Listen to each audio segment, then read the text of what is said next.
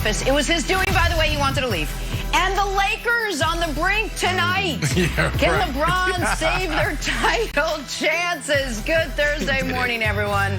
Welcome to what should be a somber edition of First Things First. My guy has left the Boston Celtics. We'll talk about all that later. Jenna Wolf, Nick Wright, Brandon Marshall, Kevin Wells. We got bigger things to discuss. Nick Wright, this is it. Elimination game, buddy. How you feeling this morning? You're right. Really tough spot for the Suns facing elimination since you know they can't beat LeBron in the Game 7. All the pressure on Phoenix. Start the show. 12 hours from now. We're going to do it, Brandon. We're going to start the show. Not with that, but with this. Yeah, let's start the show, Brandon. Once again, the Luka show. 42 points on 37 shots for Luka. How about his fourth 40-point playoff game? And still, he didn't think he did enough. He said after the game he was disappointed in some of his shots. He didn't play great in the fourth quarter, but still had a fantastic game overall. It was more than enough, though, to beat Kawhi and the Clippers. Kawhi, by the way, who missed that game-tying three-point attempt in the final seconds if you were watching this game. Clippers lose. They now sit on the brink of another early exit. But, Nick, let's focus on Luka. Clearly the highlight last night. Is he the best player in the playoffs? Well, and Jenna, to be fair to Kawhi, I'm not certain we can say he missed a game-tying shot. That might have been a pass, because when it doesn't touch the backboard, the rim, or the net, you really don't know. Is that a shot or a pass? Who knows? But we can discuss Kawhi more later. It's some shade. Here's the thing, man. There is not another player in these playoffs that could have the Mavericks up 3-2 on the Clippers. The Mavericks are not a very good team. Kristaps Porzingis, before hitting a huge shot late, looked like he was just a spectator who had ambled onto the court. There's a time where Luka threw him the ball and he seemed shocked, like, oh, I'm playing. You've got Dorian Finney-Smith, who's a nice player, but he's out over his skis. They are starting Boban. Everybody loves Boban, but not to start in Game 5 of a playoff. None of it matters, because this 22-year-old Slovenian phenom goes 42, 8, and 14, and that actually understates his impact. Two things really give you the true picture of his impact. One is a number, and the other is a feeling. The number is this: 6. That is the total number of baskets the Mavericks had last night that were not either scored or assisted by Luka. It's the third highest percentage of field goals scored or assisted by a single player in a playoff game in recorded playoff history, according to Elias.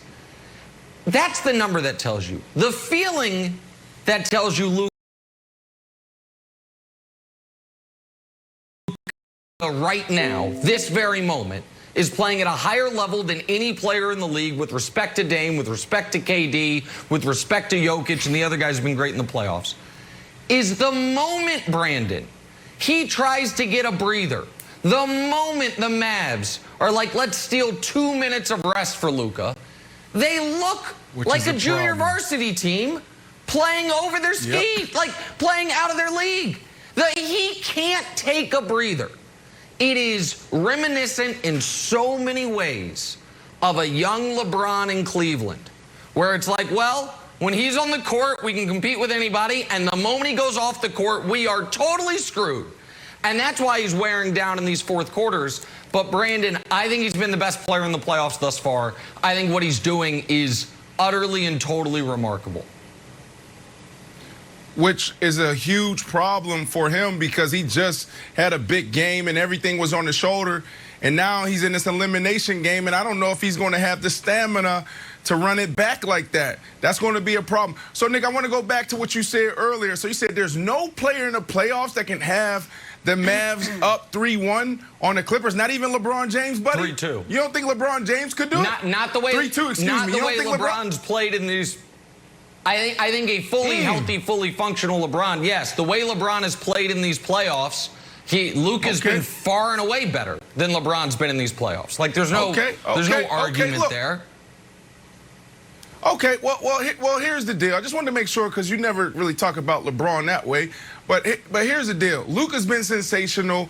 I mean, you look at what he did to open the series, and then he, had the issue with his neck or his back, whatever's going on. Then he came back with 42 points. Sensational. Lights out. We saw him do this last year in the bubble. But the answer is Kevin Durant. Kevin Durant averaging damn near 33 points. That's a career high in the playoffs. 50%. That's ungodly amount. 50% from three.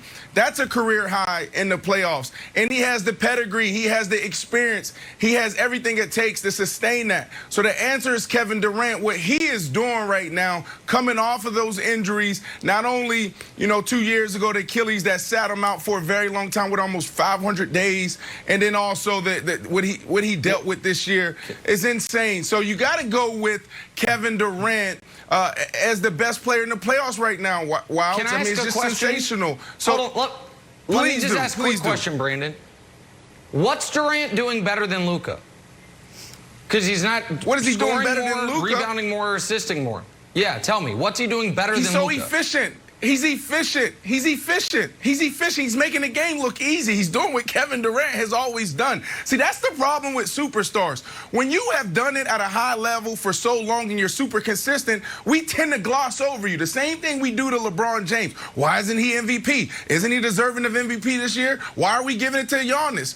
It's the same reason. Kevin Durant has been doing this for a very long time. Now, these are career highs in the playoffs as far as 50% from three, 32 points a game in the playoffs, career highs. But we know what Kevin Durant is. He's already a playoff legend, and now he's just adding on top of that. Okay, yeah, that's fair. I think Wilds, I think KD's been great. I also think that we all agree the Clippers are a far better team than the Celtics. And KD, when you go into a Nets game, the Nets are so good with Harden and Kyrie, you can't work your entire game plan around stopping KD. The Clippers had one goal last night, stop Luka. They couldn't do it. They just flatly couldn't do it at any moment of the game. He was magical. So that's what I wanted to dig into. And I just watched Ty's post game, and I was like, was the plan to have Luka go off this much? If we can show the stats of like how dominant he was, and his usage rate is off the charts. Okay, so Nick, I thought from watching the game, I was like, is Ty Lue trying to run the sort of same game plan that Denver ran against Portland? Like, you know what? We can't stop this guy. Let him do his thing, but let's shut everyone else down. When you saw Luka had 42, Hardaway had 20, but everybody else is in single digits. Boba had 9. Poor Kristaps Porzingis, who is a big star in New York and's got a big contract and doesn't like Luka anymore, had 8 points. And he had 5 points until he hit this 3 right here. So although this was a historically great game and Luka's playing out of his mind, I don't think the Clippers should feel that upset about this. They know if they're a few turnovers away from winning this game. Well, that's one way to look at it. Another way is they're down 10 with 2 minutes left. And the Portland strategy, the Denver-Portland strategy can work if you're going to score 140 points. But the problem is, and we're going to talk more about the Clippers later, one of the reasons Kawhi was so bad yesterday on offense is because he was spending so much energy getting cooked on defense. And so you can maybe say we're going to let a guy get 40. You can't say we're going to let a guy get 40 and 14. You can't do that. Like, they let Luka get everything he wanted, even though he's the only guy they have to worry about. And I know it says on the screen the 40-point go. But Brandon, he's 22. Go ahead, Brandon. And he's just different, Nick. He's that good. When you have a superstar like that, I don't know what you did and how you raised him, but there's some games it's just you can't stop him. And that was a game where you just couldn't stop Luka. So yeah, he's 22. I get it. You know, he doesn't have the experience, but it's Luka. We saw this last year in the bubble. So there's some games where guys are just magical and there's nothing you can do about it. Well, and the problem for the Clippers is it's been every game. It's been every game except for the game where the neck was really bothering him. Even when you account for that, he's averaging 35, 8, and 9. And there's just nothing, absolutely nothing they can do. And meanwhile, like when Brandon says it's Luka, he's just that